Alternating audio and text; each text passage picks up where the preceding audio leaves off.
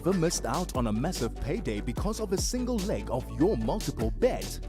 Well, with our latest Losing Leg Refund promotion, we will return a percentage of your stake to you in bonus funds if you miss out because of a single result on your multiple bet. To play, SMS SupaTV to 30978.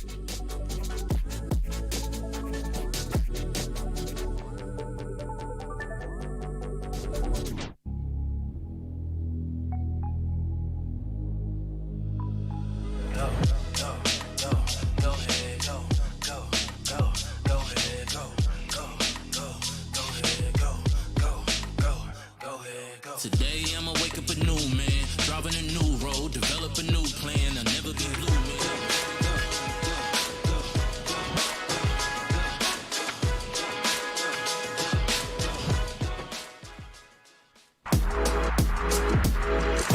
You are watching Super TV, OpenView channel 150.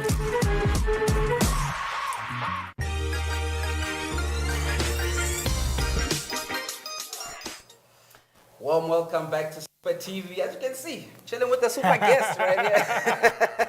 How are you, brother? Fine, thanks to yourselves. Hey, you got a lovely home here, man. Thank you. I need to come here more, you know? You should. Place some bets, all that stuff. You should. Yes, sir.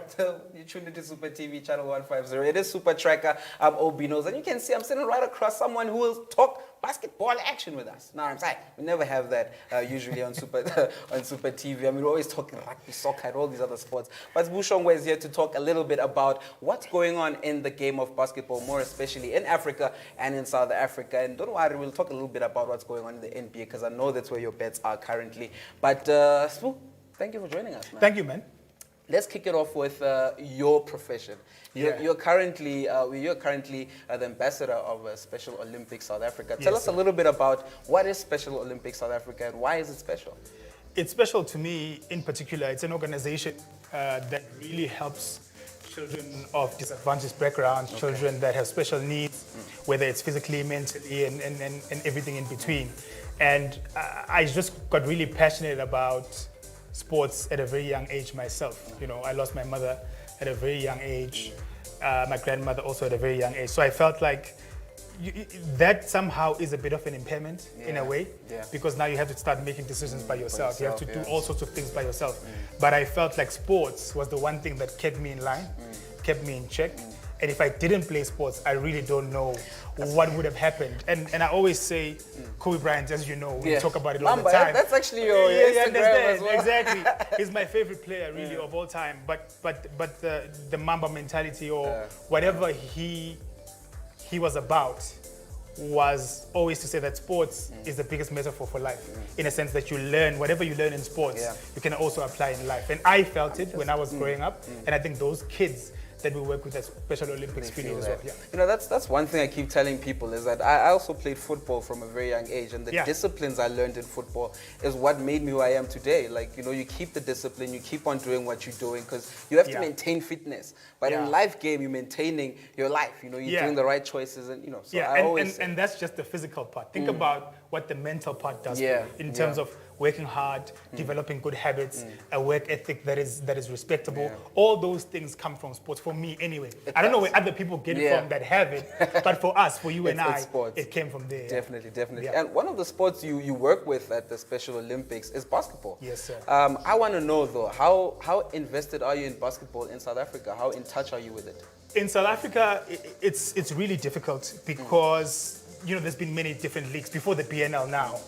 There was a league before, there was a league at WITS as well that was running, but the BNL was a league that was at least subsidized by the government in terms of the Department of Sports and Recreation and all that.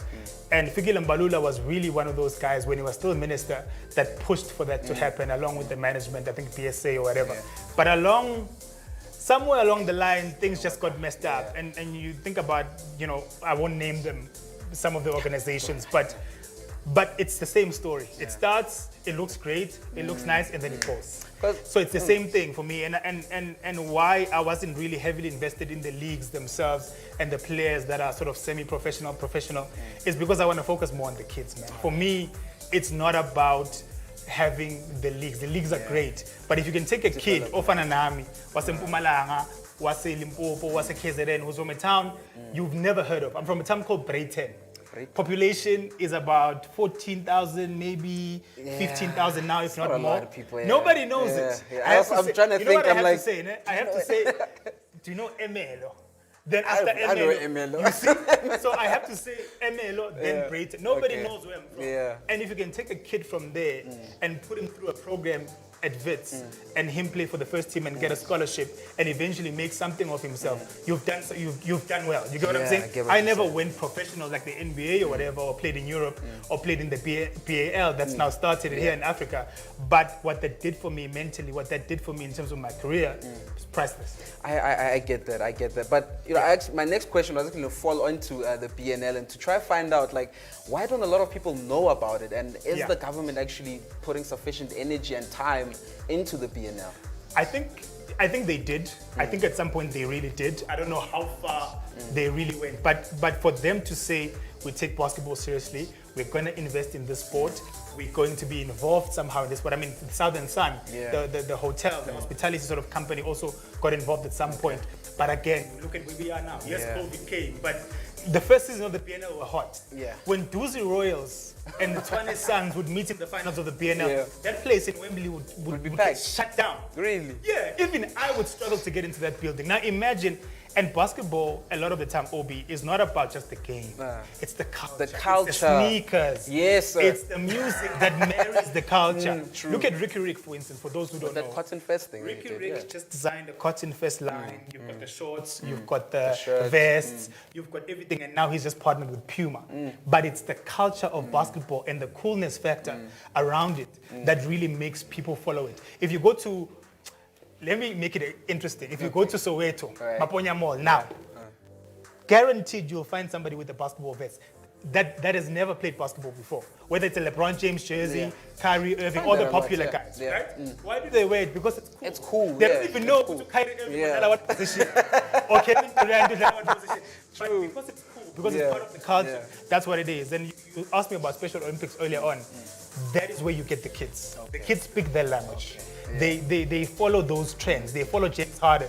They follow Jay-Z, who's friends with LeBron James, who's friends with Drake, who's friends with what. Even like South Africa, they follow Ricky Rick. They follow a KO who likes basketball. I had Maps on my show called The Zone not so long ago. So guys even that I know that didn't play basketball, but suddenly because the culture's going there. Now they're like, yo, Spoo, man, let's have a conversation. This basketball thing of yours, this culture thing of yours is nice. Yeah. All right, cool. We're slightly running out of time, but I wanted to get through to this BNL, right? Yes. I mean, we wanted to get through the BAL, sorry. Yes, and the BNL, for the viewers who don't know, the BNL stands for the Basketball National League, and that's the South African league we have. But now, you guys have come up with the BAL, the Basketball African League. Yes, sir. Where J. Cole also playing in there as well. How amazing is that? That was amazing. Who would have thought? No one. Who would have thought that J. Cole, I'm sure he's got a Grammy. I wanted now to state his title. I'm sure he does. But a guy of that stature coming to Africa, coming to Rwanda, and playing for a team from Africa is amazing. And I think it's done the BAL a huge justice. We've been treated to some of the best talent right here in Africa. He's an ambassador for the game, really, is what he's become now. You know, he's not scoring 40, 50 points a game, but just his presence in the continent, his presence with the BAL it speaks volumes. And what bridges do we close here? I mean, we've got the likes of Bam Adebayo playing in the NBA. We've got Taco Fall from Senegal as well. Yeah, Joel Embiid. You know what I'm saying? All these African players. I mean, what is it that is going to help us from the BNL? From the BAL. Yeah. How is it going to help us bridge the gap between the NBA and the BNL? I think one of the things we're speaking about now, J. Cole being part of the league, is great for the league. It's great. It's people now that are noticing the league from a cultural perspective. Yeah. So J. Cole's playing in the league, dope, great. Now people who wouldn't have eyes on the BAL now have eyes on the BAL. Yeah. That does wonders for the league itself as a whole, does wonders for the players themselves. Imagine if you're the MVP of the BAL, or one of the guys that's the top scorer. Suddenly Europe, to the NBA. Suddenly Europe is looking. Suddenly the NBA is looking. So I think it sends a message to say that every child, every boy, every girl, every ref, every development coach, every sports analyst, basketball analyst, everybody now has the chance to make something out of themselves, because now you don't have to get out of Africa to play in a professional league. But if you do, there's also a stepping stone, which is the BAL, to say from the BAL you might go to Europe, from the BAL you might go to the NBA. India. All right, look, we have to close it up right now. We've got about 30 seconds left. Yes, sir. I want to know, right now in the NBA, it's the the playoffs rather. Yes. Who is going to the championship? Who's winning it? It's going to be the Brooklyn Nets in the East, and I still pick, I know a lot of people are going to chop me on this, but I still pick the Lakers. The to Lakers go are looking good. They're looking good. To the finals, and I think it's going to be them, and I think the Nets are probably going to take it. Okay, the Nets are taking it. That's what I've been saying the whole time. I said it here first. I also said it, my guy.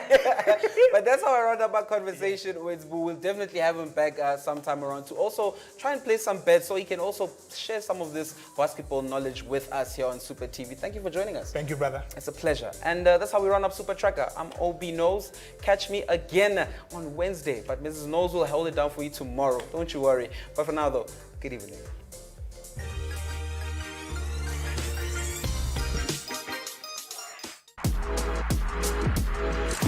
You are watching Super TV, OpenView channel 150.